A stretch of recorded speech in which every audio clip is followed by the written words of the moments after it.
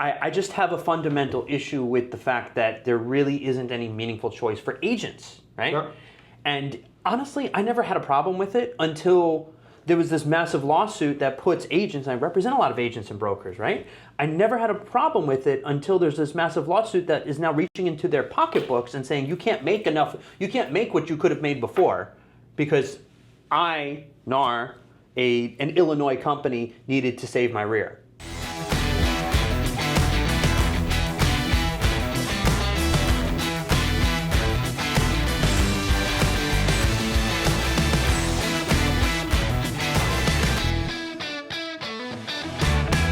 Welcome to the 121% podcast. My name is Kevin Johnson, and today we are excited to welcome back once again one of our favorite guests, Andrew Doyle from Seabain Doyle, a real estate attorney, dirt paper money here in Central Florida. Works throughout Florida, though. Welcome, Andrew. Thank you. One of our favorite topics is back for us to chat about. I feel like this is the only thing that we talk about for like the past 6 months. It's not like there's There's nothing else to talk about. Yeah, right. Not really, right? Because it's that thing that sucks the oxygen out the room on every conversation. So for those that have been living under a rock and don't know what we're talking about, give us a recap of the journey where we're at today with the lawsuits and settlements. Halloween 2023, right? October 31st, Picture 2023. it, Sicily. You know? We paint the picture, right? So right around end of October of 2023, we had the verdict coming from the Sitzer Burnett case. That's an antitrust case. The long and short of it is a whole bunch of sellers in Missouri got together. Michael Ketchmark, I think is his name, right? Mm-hmm. He was the attorney, very talented attorney. Represented, and wealthy now. Yes, represented a class of sellers against a number of large brokerages, their parent companies. The claims raised in that lawsuit were one of antitrust, right? You have created a scenario where it has suppressed competition, driven up costs for commission through the roof. Sellers had no meaningful choice, so on and so forth. Jury in Missouri bought it. They rendered a verdict. It was nasty. A few of the defendants had settled before that. Those were the smart ones. NAR stayed till the end, National Association of Realtors. They lost. Jury awarded about $1.7 billion of damages, which could have been trebled or tripled. That would have been a lot of money. So between November of 2023 and mid-March of 2024, NAR was trying to figure out what they were going to do. First, they said they were going to appeal. Ultimately, they decided not to move forward with an appeal. Obviously, they didn't move forward with bankruptcy or anything like that to discharge that. Probably good decision. So they settled the damages portion, and they also entered into this convoluted settlement agreement that... It's only good for 7 years. Yeah, paragraph 59, right? Yeah, uh-huh. The infamous. They entered into this settlement agreement that essentially dictates policy, but not law, practice changes throughout the real estate industry, all throughout the country. And those rules have basically taken effect. I think the deadline was like August 17th. Yeah. Here in Florida, a lot of the MLSs had complied early, maybe 12 days or 14 days before. So we had about 4 months of hysteria. Nobody really knew what they were. No. Let's be fair. It was 3.5 months of absolute calm, like we have our head in the sand, and then like 2 weeks of hysteria. Anyway, so that brings us to mid-August when these practice changes are implemented by real estate participants and MLSs. Mm-hmm. And we've learned a lot in the past 30 days or so. We now know that agents will get fined if their MLS listings don't comply with these new rules. I personally have seen some interesting fact patterns develop that have come across my desk. A lot of advisory opinions I'm giving to brokers about, hey, this is what your documents need to say. And we also, of course, here in Florida have a lot of new forms. So if we didn't have enough already to learn and to stick to. It's the Form of the Week Club. Yep. You know, just to give the Book of the Month, we have the Form of the Week Club from In fact, literally, we had 2 more forms come out this week. I know, yeah. You know, just because, you know. Why not? And I love the advanced communication that we get that this is coming, like to brokers, so that we could figure it out before our agents figure it out. It's really helpful that they did that. They didn't do that. So, you know, we're finding out as our agents are finding out, which is frustrating. Always fun. You know, one of the things I see a lot online is there's this, I mean, even, and we'll talk about them in just a second, Landian, a lot of agents and other companies saying these new laws that are impacting real estate from 2024. What laws? Thank you. So can you explain to, you know, for those people sitting in the back row, why the settlement agreement is not new law? NAR is not a lawmaker. NAR is not a state or federal legislature. NAR is not even a local legislature. They are a private company, I believe incorporated under the laws of Illinois. And through their network of ownership of state and county level realtor associations, as well as their ownership of MLSs, it seems like laws have been passed, but there have been no laws passed. The closest we get to a law being passed is what's known as precedent, right? So in the law, as a lawyer, when I have an issue, I'm always looking for case law to support my position. But it's not enough for me to say, oh, well, this court in California said this about these facts. Courts in Florida do not need to follow opinions from California judges. Courts in Florida need to follow opinions from judges in Florida. And they don't even actually need to follow the opinions from different counties. Right. There's district courts of appeal. So we're in the 5th District Court of Appeal here in Central Florida. So appellate opinions from the 5th DCA are binding on any county within that 5th DCA. And generally, judges will look to neighboring DCAs and say, oh, well, the judge in Miami had a similar opinion, so you know we're going to borrow that opinion. But that's what's called persuasive authority. Mandatory authority is the body of case law that develops within the actual district. Right. So, to put this into perspective, we're in Florida. This is a Missouri trial court case, which actually didn't even go up on appeal. Right. There's no interpretive opinion about any issue in that case. So there's really no case law at all. Right. It's just that it was so significant, and likely because of NAR's, I'm going to use the word stranglehold because I don't think there's really any other way to put it, but their stranglehold on the structure of the real estate industry across the country, it seems like it's law, but it's not. They're rules, practice changes, industry reactions, guidelines, policies, but they are not law. Nobody's violating a law here. Right. Now, that doesn't mean people won't get sued as a result of it. You can sue anything. You can sue a ham sandwich. And that's why, you know, for those watching or listening, not just because you have a real estate license doesn't make you a realtor or a member of the National Association of Realtors. Right. And there are lots of agents, you know, I mean, obviously the vast majority are, but there are agents out there, specific mostly in the commercial space, or maybe even just exclusively in property management, that aren't members of NAR. Therefore, nothing in this settlement agreement is binding upon them, right? Can I go on a soapbox here for a second? Sure. Okay. If you're an agent, let's limit it to Florida. If you're an agent in the state of Florida, you're going to make money by selling a house, either listing or representing a buyer. One would right? hope so. To sell a house, you have to find a house. To find a house, you really need MLS access. To get MLS access, you have to be a member of a board. Now, I don't know about all boards across the state, but I know that here locally, when you join one of the local boards, you automatically become a member of the National Association of Realtors. Yeah, it's by default that the state and the national. Do you board. have an opt-out? Nope. So what that means is someone in, I'm again limiting it to Central Florida, right? Someone in Central Florida that wants MLS access that is going to be a board member basically has no choice but to become a member of the National Association of Realtors. That is correct. Okay, that's why they got sued.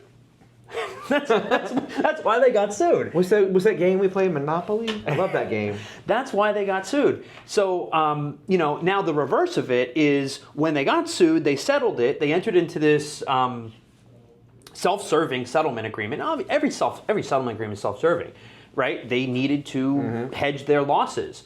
But what they've done is deployed through that stranglehold network, basically tied the hands of every agent, anyone that wants to make a living selling property. You have no choice but to comply. So I understand that some MLSs, which also are oftentimes owned by the National Association of Realtors, some MLSs have non-realtor member, you're smirking because you know exactly where I'm going with this, right? They have non-realtor member, I don't know what the term is, subscriber access, right? Or Thompson Brokerage in the 5th District. Right. So you don't have to be a member of NAR or a board to join, because that would obviously be too far. But it costs you an arm and a leg. Non-member assessment. Yeah, non-member assessment. Did you know the difference? I don't know how much they are. It's actually more to just join the MLS where we're at than it is with the non-member assessment, than it is to join the local board and get access that way. Kind of sounds like price fixing. Or suppression of competition or something. Like it smacks of exactly what the Sitzer Burnett case was about. I have a more inappropriate term. It's blanked up, but I'm not going to throw that in. Anyway, I'm stepping off my soapbox, but I just have a fundamental issue with the fact that there really isn't any meaningful choice for agents, right? Sure. And honestly, I never had a problem with it until there was this massive lawsuit that puts agents, and I represent a lot of agents and brokers, right? I never had a problem with it until there's this massive lawsuit that is now reaching into their pocketbooks and saying you can't make what you could have made before because I, NAR, an Illinois company, needed to save my rear. Mm-hmm. I have a fundamental problem with that. I take that personally and professionally because that hits my clients right in the pocketbook. Yeah. And the only thing I will say that, and an unpopular opinion here, so I'll probably be chastised across social media for this, I don't find any fault in Catchmark. I don't either. They did what our systems of law allow to be done. They did it brilliantly. They brought their A game to court. Apparently, in my opinion, NAR went and found some guys on the street and said, hey, you want to practice law? I mean, I don't know. No, I got to disagree with you there. NAR has fantastic attorneys. They just had really bad facts. Or put another way, Catchmark had a really good case. He had a good case, but I was watching Tom Ferry podcast, this episode came out this week, one of the gentlemen on this podcast, he's on some governing boards, and he was up in Illinois a year out, or a year ago now, and they were, so we're coming up on the case, right? Mm-hmm. And they were so confident that they had this thing locked down. They were like, don't worry about it, we're going to win, full stop. And just look at some of, I don't know. I look from a layman, I'm not an attorney, but I don't think they put on a good enough argument on some of the core facts. They allow, and whether, I guess I haven't read the whole transcript, but to say that sellers have never paid the buyer's broker. The seller paid the listing broker, and the listing broker, then if they cooperated, another agent helped, they chose to market that property through the MLS, find another cooperating broker, then they shared their commission. If they found the buyer too, they got to keep the entire commission. Kevin, we agree on a lot. Yeah. But I think that this was a losing case for NAR and all the defendants from the get-go. And I think it's because the truth was too complex to make a coherent, meaningful, easy, simple argument to the jury. Right. Remember, as realtors, as attorneys, as brokers, we understand what we do at a very high level, at a very deep level. So to us, it's obvious. Sellers are not paying buyers, right? But the Occam's razor, shortest distance between 2 points in a straight line, I've bastardized that, and that's not actually what it is, but that's what I say it is. Anyway, right? Basically, the argument is follow the money. And when you look at it in that vein, it looks like sellers are paying buyers. There's complexity to it, right? That's not technically the way it is. Listing agent has a listing agreement, seller pays listing agent, all of it. In turn, there's a co-broke, an offer of compensation through the MLS. Buyer's agent buyer accepts those terms. Buyer's agent bound to it through the contract, right? But that's really difficult to explain to a jury of laypersons. And I said this when we did our very first Sitzer Burnett podcast. I think that the venue, bringing that case in Missouri, was somewhat intentional. Oh, yeah. There's 49 other states that case could have been brought in. But there are not 49 other breadbasket states where median household income is what it is, level of sophistication is what it is. Average juror will have a certain educational background. And if you go to Manhattan, you're probably going to have a higher likelihood of pulling people with terminal degrees than in Missouri.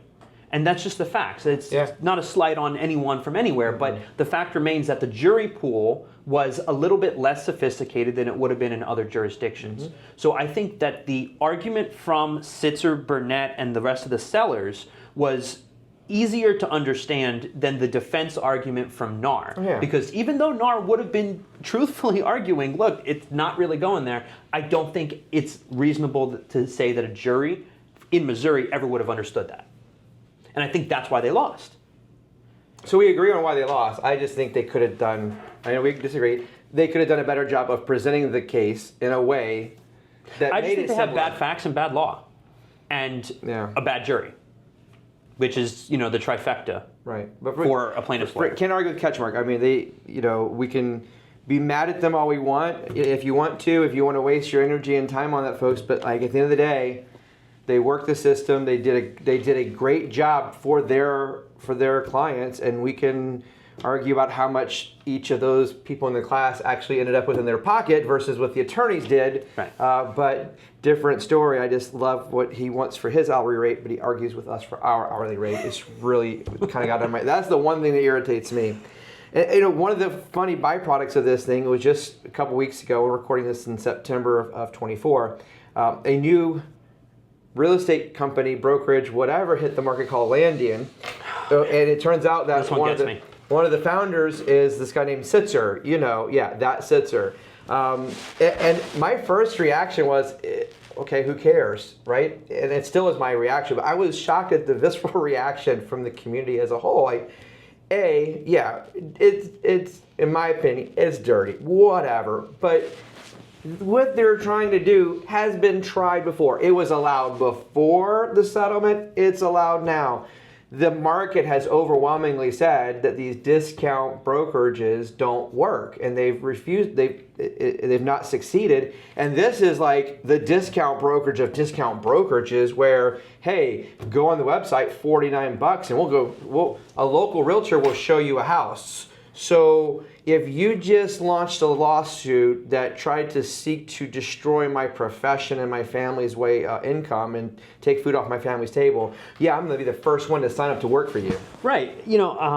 So I think in a vacuum it seems like a great idea, right? Like make a name for yourself, so to speak, with one of the most prolific class action cases that is literally named after you, right?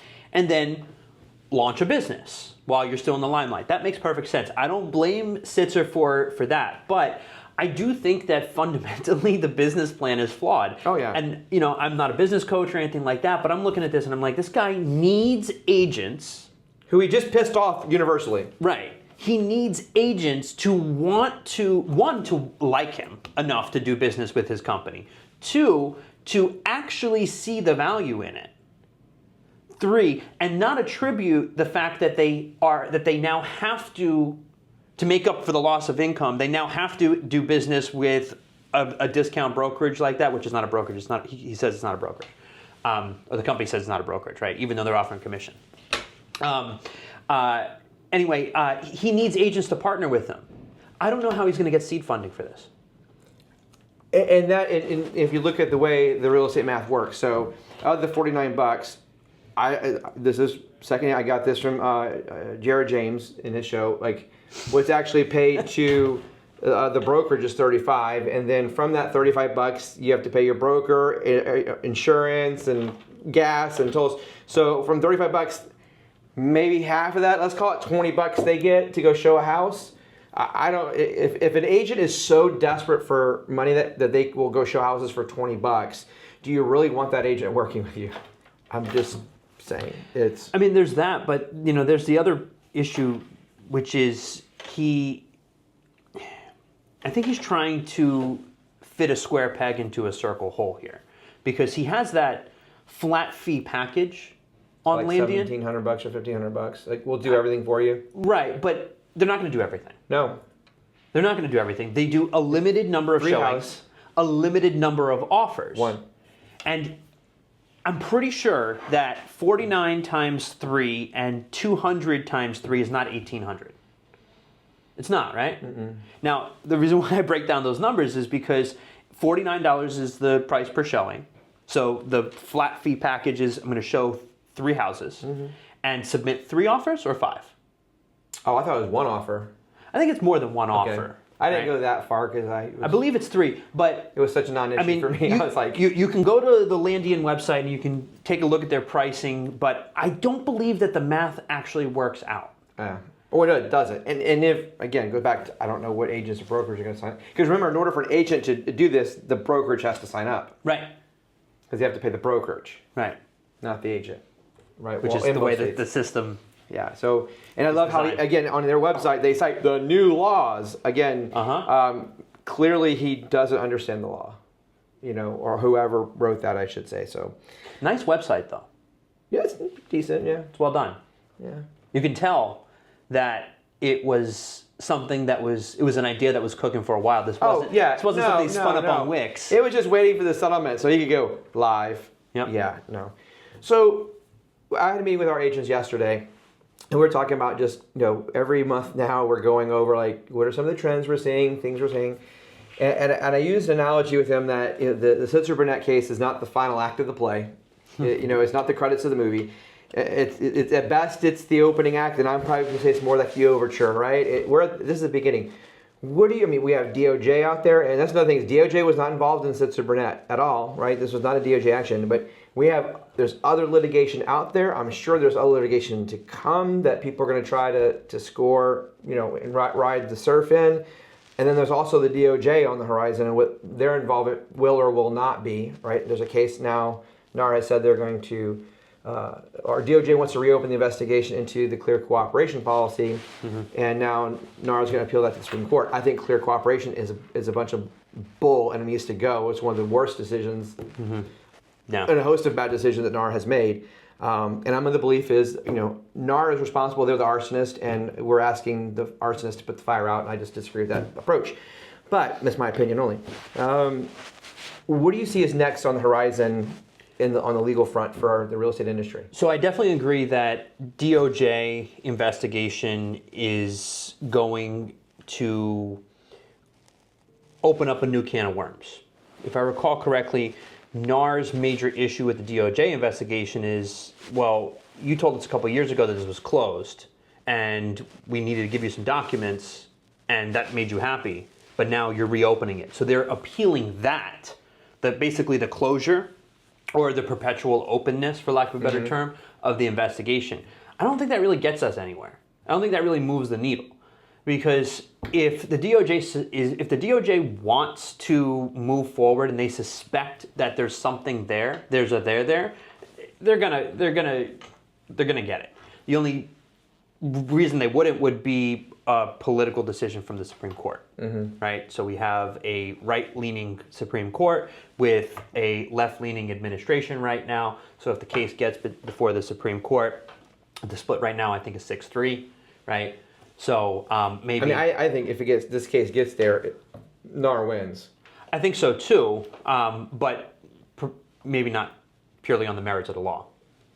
But that's neither here nor there, right? So I definitely think how that DOJ investigation, whether it remains open and they really approach that level of decoupling that they've been going after, that's huge, right? Completely separating commissions from purchase price, and that's, if we thought that this was earth-shattering, I don't even know what the adjective to describe that would be if they truly decoupled. Yeah, and my understanding what DOJ is asking for is, buyer, you pay your own agent out of your own money. It can't come from any proceeds of the real estate transaction whatsoever. So you can't get a concession from the seller. The seller can't, or the listing broker can't. You got to pay. So that means instantly, if you're having to bring 3 to 3.5% to closing for closing costs, now you're going to be bringing an additional X% of whatever your buyer's agent's fee is.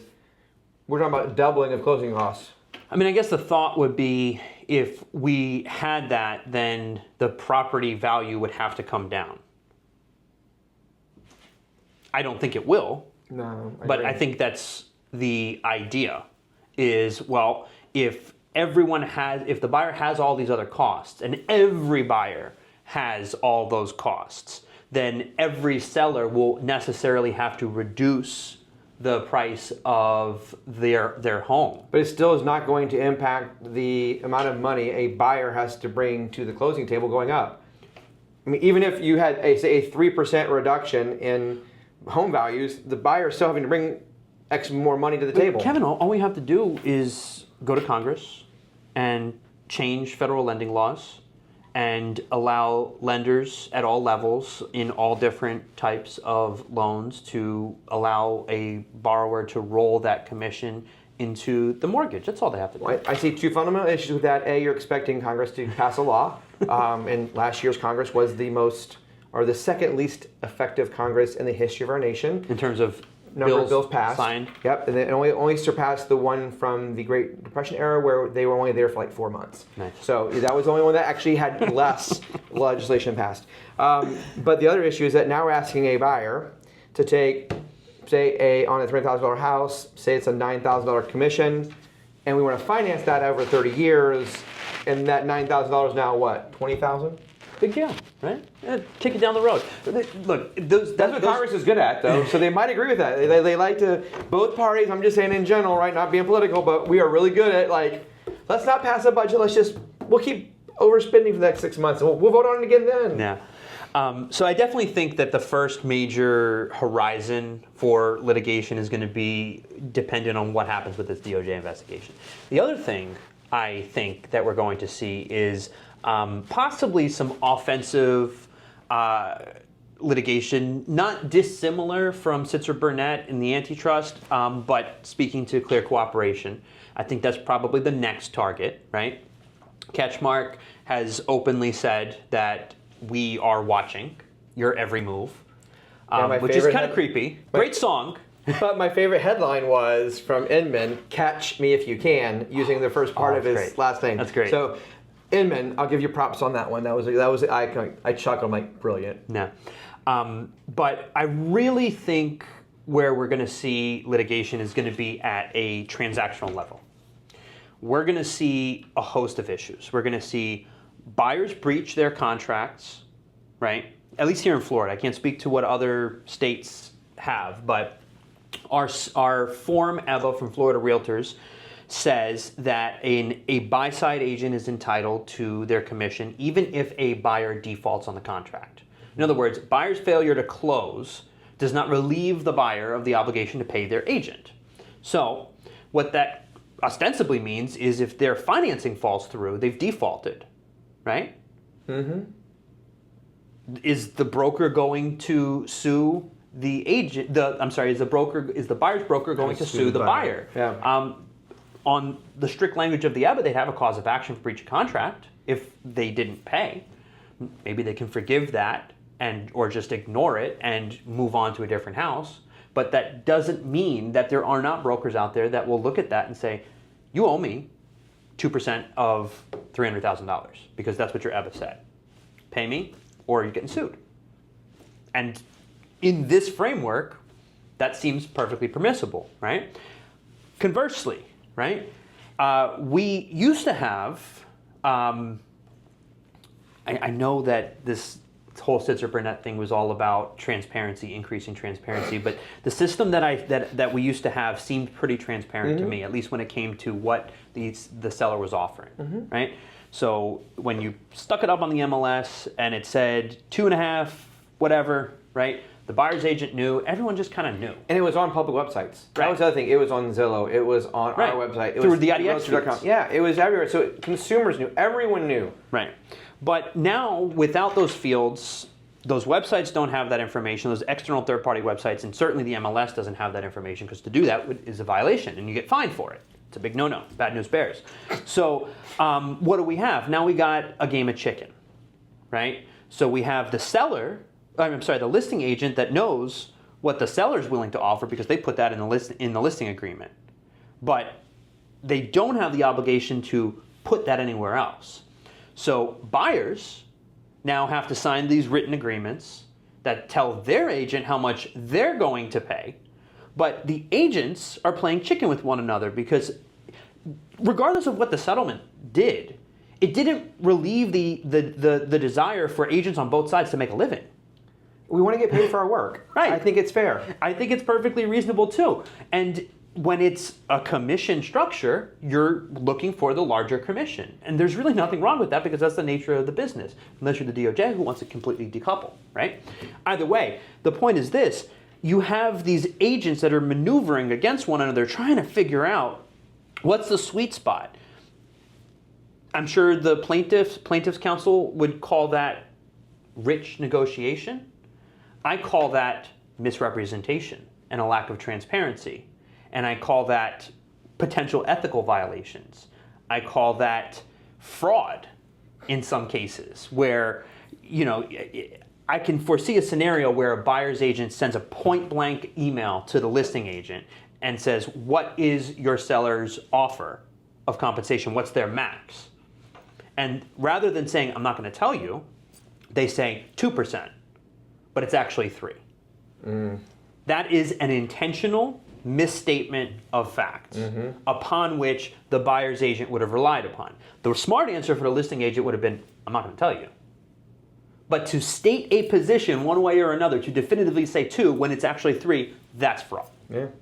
So I see litigation arising at that transactional level there as well, because that buyer's agent, thanks to the cap on commissions, thank you NAR, for taking money out of buyer's agents' pockets,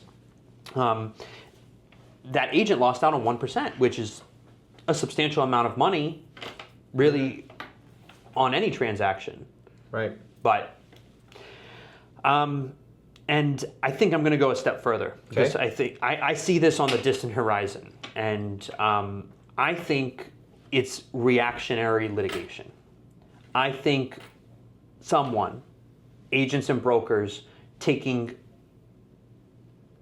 deep issue with NAR's control is probably not too far off. We've already seen it in Michigan. Yeah. But Michigan's different, right? Michigan, correct me if I'm wrong, but I think the state of Michigan requires every agent to be a member of NAR. That's the thrust of that lawsuit. I think it's right? the MLS is required. It's okay. So it's our the MLS. dish, like down here, because of the Thompson case, we don't have. So they don't have that ability there. So they're trying to get that. Right, but it's from the top down. Yep. And that's that. We don't have that here in Florida. There are a lot of states that don't have that. Yeah. Right. And then there's some other litigation that popped up. Utah? Is it Utah or Colorado? One of them attempted to pass an EBA statute, right? And there was a challenge to that in that state court. So we're seeing all this ancillary litigation, and it's being brought by agents and brokers because they're oppressed. It once was the sellers, right? Now it's the agents. Well, I agree. I mean, look at, and before, I don't think there was any price fixing, but now I would like to say there is price fixing, because I agree. There is a rule now in place that if I sign an agreement for a certain number, not, the other side's willing to pay, there's a bonus at a builder or something, then the agent cannot accept that income. Now, by rule, the National Association of Realtors is saying, no, we're going to cap how you can earn income. We're mandating how you earn a commission. why do agents, and this is somewhat rhetorical but conversational as well, why do agents need to follow that rule? Why do agents in the state of Florida need to say, my income is capped because a private company out of Illinois settled its lawsuit? Because if we don't, and we're members of the MLS, we get fined. And third violation, you're out the MLS. And then your livelihood is basically taken away from you, right? And now, somewhat extreme, but at the same time, this is the system.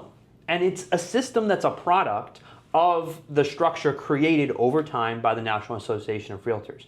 Granted, I never had a problem with it until the Sitzer Burnett case. I didn't think there was a problem with it. But that case, if that case would have turned out in favor of the defendants, I wouldn't have these issues. Mm-hmm. I don't think anyone would have these issues. But they're here now, and I'm looking for, again, I'm biased, I represent brokers. Mm-hmm. So I'm looking at who is responsible for my client's damages. Mm-hmm. And it's NAR. Yeah. So what are some of the things like, I watch social media, and sometimes it's just for entertainment value. It's better what's on TV. And there are lots of agents who are putting things in writing in social media groups that they're going to regret later. Matter of fact, there was an article that came out where they interviewed the group that was kind of behind the funding for Catchmark's case, and which they used screenshots of social media posts from agents who are trying to work around the settlement.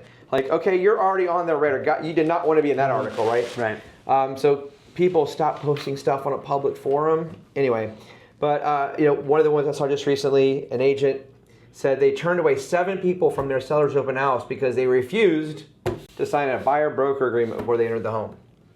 Why? Is that well, because the settlement says they have to have one. They have to have a written agreement signed. Fact or fiction? I mean, we talk. I know the answer, right? But like, no. So when you're doing an open house, right? You're working for the seller.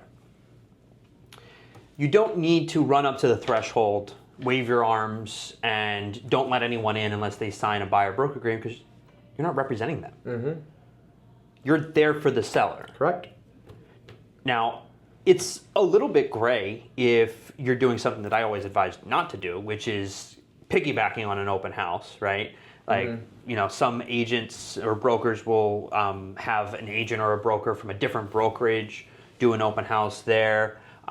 They're not working for the seller. They're there for the buyers.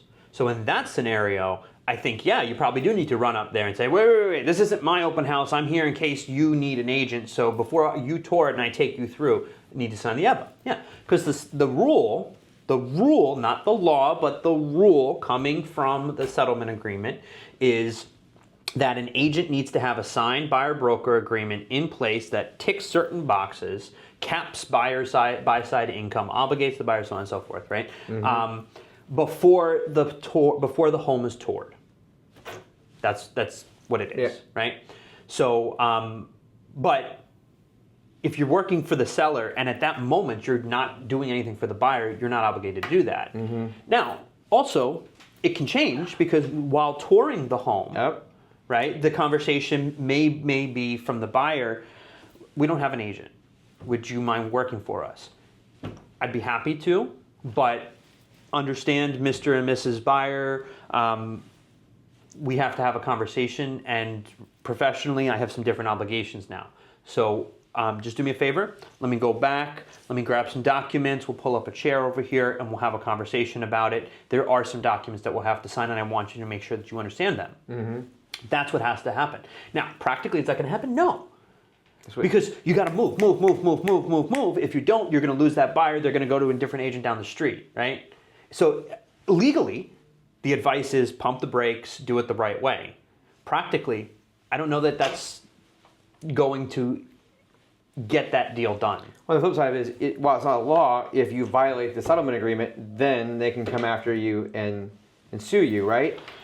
One would think. And because, again, Catchmark has said, he's watching, and you never know. They've made it clear they will be sending shoppers out to shop stuff. So, you don't know if that party walking into your open house and challenging that is someone that they've hired to come in and shop the rules. Like, it's terrifying. Like how can you be an agent and just be okay working with buyers or sellers, doesn't matter anymore, without worrying if every one of them is a wolf in sheep's clothing? Mm-hmm.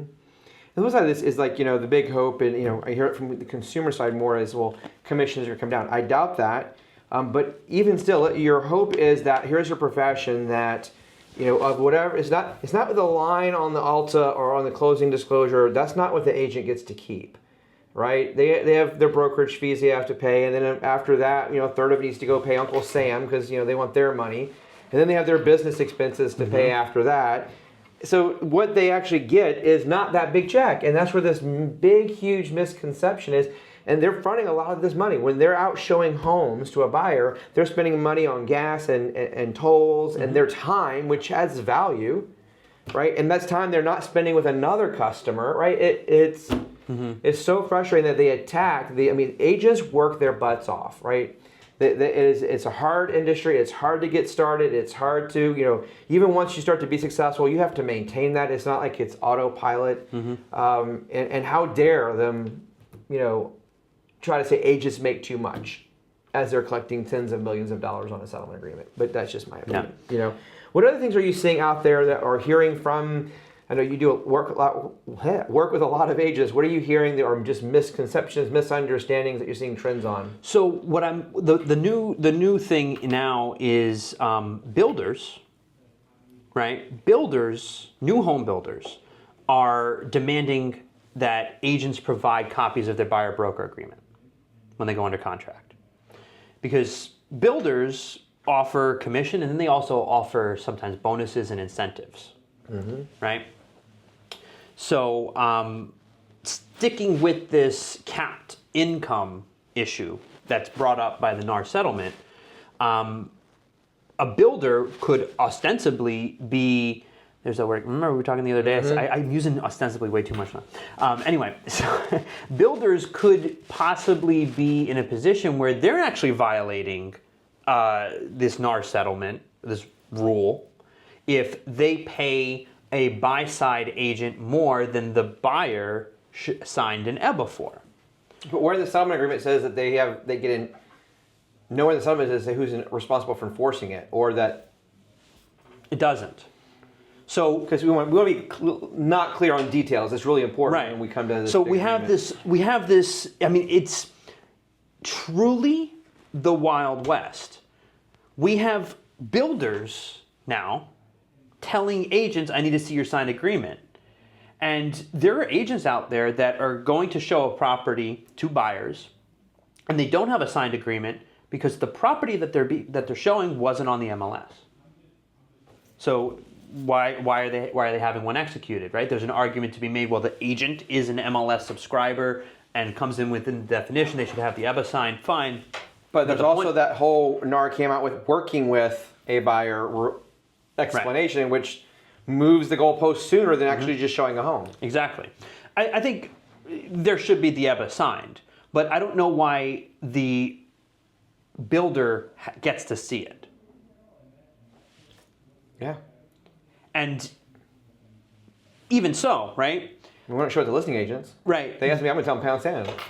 So you damn, I'll give it the title if I need to, but I'm not giving it to an agent. Right. I'm not sharing my confidence. Show me your listing agreement. Yeah. Well, the other issue, this capped commission issue, well, that really, the amount of money that a buyer's agent could potentially lose out is tremendously more on a new home, home construction than it is on traditional resale. Yep. I mean, you tell me, right? Here in Central Florida, average new home construction is probably more than average resale. Yep. How much more? I'd probably say 10%. Okay. 5 to 10%. And they're typically offering, especially now, after August 17th, we saw the bonuses and go up like crazy. Like, I'm like, wow, because they know they don't have to pay it most likely. Exactly. Because what agent's going to write a 3% plus $10,000 bonus? Here, buyer, sign this. Sign this like you're going to pay me a $10,000 bonus. Exactly. So now I think that's, I don't know that that's a myth that needs to be busted. It's an issue, and actually that's probably one of the other major issues that we're going to see for litigation in the future. I mean, if you don't show it to them, they cannot pay you. If it wasn't, Right. you know, it's not in the MLS, so it can't. You don't have that rule protecting you anymore. So that or not, and that way then it's on the buyer. I mean, it screws their buyer, which makes no damn sense, right? They're not acting the best, you know. What other things? Are any other major like common? Just generalized confusion. You know, definitely confusion about whether or not this is law. Confusion about what forms to use. Right. We spoke at the beginning. There were 2 new riders that came out this week here in Florida. And now we spoke about it before. For the first time ever, here in Florida, commissions can be contingencies On the in contract. the purchase contract. And so yeah, right. So that we talked about that yesterday. So here's my my buyer's as is fire bar. Here is a rider that says that if us and either the seller or the listing broker don't come to a compensation agreement within 3 days of the signing of this contract, that this contract is void. I put myself in the shoes of a buyer as my client. Would how the buyer not sue the crap out the agent? Exactly. Crud, sorry. Exactly. I look at that and I'm like, if I rep the buyer in that scenario and my agent could not come to terms with the listing agent on how they get paid when I'm the one buying the house, taking on the mortgage, bringing up the down payment, but for all of that, neither one of them gets paid, but the children can't sort out their differences, right? I, as a buyer, am going to be furious if I really wanted that home. If I didn't want the home, maybe I wouldn't care, right? But if I'm the seller and I really want to or need to sell that home, maybe it's a short sale, right? If I don't sell it, I'm going to lose it to the bank. Right. And my listing agent is stuck, focused on that. And because I didn't know any better, I allowed it to be a contingency in the contract. This buyer gets to cancel if the buyer's agent doesn't get paid what the buyer's agent wants. There's a host of issues with that, and that's why for years I've been training agents. You do not put any language on the contract that has to do with your commission. It's not your contract. But it's not allowed by in our rule either. Right. That's the thing. It's not allowed. This document conflicts with NAR, the Code of Ethics, right? So, you know, the way we trained our agents is, you know, Mr. Buyer, Mrs. Buyer, here is this agreement. This is what you are responsible for paying me. Now, obviously, if you direct me to, right, we can ask the other side for them to contribute some or all of it. However, if they don't, you are still responsible for paying this. So then I like that going there because I've been very transparent with my customer that you're paying me this. We can try to, but if we don't get it, you know, because what if they can't? What if they absolutely need that in order to buy a home? I'll have a conversation. Well, maybe we're at the wrong price point. Maybe we're not at the right time for you to enter the market. Those are conversations we have. But they insist on moving forward. Okay, as long as we've been transparent and upfront, then I do like the one, I forget which one it is, but the one where it makes it contingent, like, you know, that we have to have that agreement in place. It's GG or FF, one of the two, right? Because the other one is like... So GG, I don't think it specifies that a specific form needs to be signed. No, it doesn't. It's just that we have to have an agreement, right? Right. So well, that's what I like. So then we have to go use that one of the other forms, the 2 compensation agreements. One would think, but what if you don't? What if the agents cobble together something, and that shame on those commission, agents. Right? Use a damn form. Use the form, sure, but there are scenarios where people are not going to use those forms. So, like I was saying, for years I've been training agents that your commission is separate from the contract. Like you're driving on a highway and you're going to the same location, but you're in separate lanes. Yep. You're not in the same car. You have 2 contracts and they travel together. Hopefully they get off at the same exit in different lanes. But now we have a potential contingency here. Now it's a trailer. We're towing them. Yep. Oh, that's a great tweak on that analogy. Yeah. Yeah. So yeah, we're towing this weight behind us that can slow down the process. Wow, this works. That was a great one, Kevin. So it slows down the process. It takes longer to get there. There's the potential that I think I'm losing the analogy. The potential that there are issues, right? And we know that termination to protect escrow is a big thing, right? Now we have another deadline.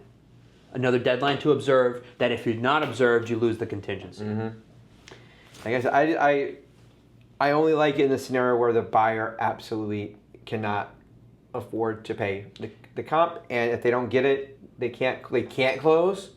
And we've had that honest conversation with them, though, right? That let's reevaluate, because a lot of agents will try to push, again, the square peg round hole, right? And sometimes the best way we can serve our customers is to say, is this the right time for you to enter the market? We're talking about that with one of our agents this morning, right? Maybe it's a conversation with that buyer. Yeah, I mean, who knows? I wish that there were a way for Florida realtors to provide instructive guidance on what the intent behind it is. And I think it's unreasonable for me to actually expect Florida realtors to be able to do that. But when they release these forms, they should. I wish that they were able to tell agents across the state, look, this is what we're thinking. It's not intended for you to use it all the time. We're hoping that you use it in scenarios limited to where the buyer truly cannot pay you, but because of this stupid settlement, they're obligated to. So this will let them out. Don't use it all the time. That's not our plan. Right. But they can't do that, or they won't. Probably they can't, and won't, or both. They're not going to do it no matter what. So it's Right. good. So lots of great things. I tell everyone. I wouldn't call them great. Well, great topics for us to talk about, right? Hopefully we added some value to you, got something out of this. My parting advice, and I'll ask Andrew to give his too, is stay off social media, right? If you have questions about what to do, the first thing you should never do is go to a mastermind Facebook group and ask a bunch of people from across the nation with different laws in their states, brokers that had given different levels of training. Go to your broker. Your broker is the one that's responsible. Get that advice from the broker, and if the brokerage has an attorney on retainer, work with that attorney. But don't guess, don't take advice from social media. Remember, YouTube is where people are idiots go to pretend like they're experts. So, I'm saying this as we're sharing this on YouTube, right? Yeah. But please check with your brokers and take the time to get the education from the boards whenever you can, or from attorneys. And I mean, my parting advice is the same. This is a minefield for potential liability. So making sure that you're not crossing the line, making sure that you're not saying things that you shouldn't be saying, doing things that you shouldn't be doing. Really the only way that you can know that you're safe is, and I'll be honest, there's really no way for you to know that you're safe right now. But for the foreseeable future, until there's some stability and predictability built into the legal framework here, you really should be doing things with a lot more care and a lot more skepticism. And I can't overestimate the value of having legal counsel, at least at the broker Your field's level. going to make a lot of money off all the litigation coming, especially the transaction. Thank you, level. Catchmark. Yeah, all right, well, thank you so much for watching or listening wherever you're at. If you're on YouTube, please do us a favor. Make sure you hit the subscribe button to be notified when we release new updated videos for the podcast, and hit the bell so you get notified when they do come out. If you're on your favorite podcast network, please, and you think about giving us a review, make sure you subscribe so you can be notified again when we release our next episode. Thank you so much for tuning in. We appreciate it. We do these just try to help and get the word out and give people just some clarity on whatever topic we're covering and help you grow your business and give it that 121%. So thank you so much for watching. Have a great day, and we'll catch you next time.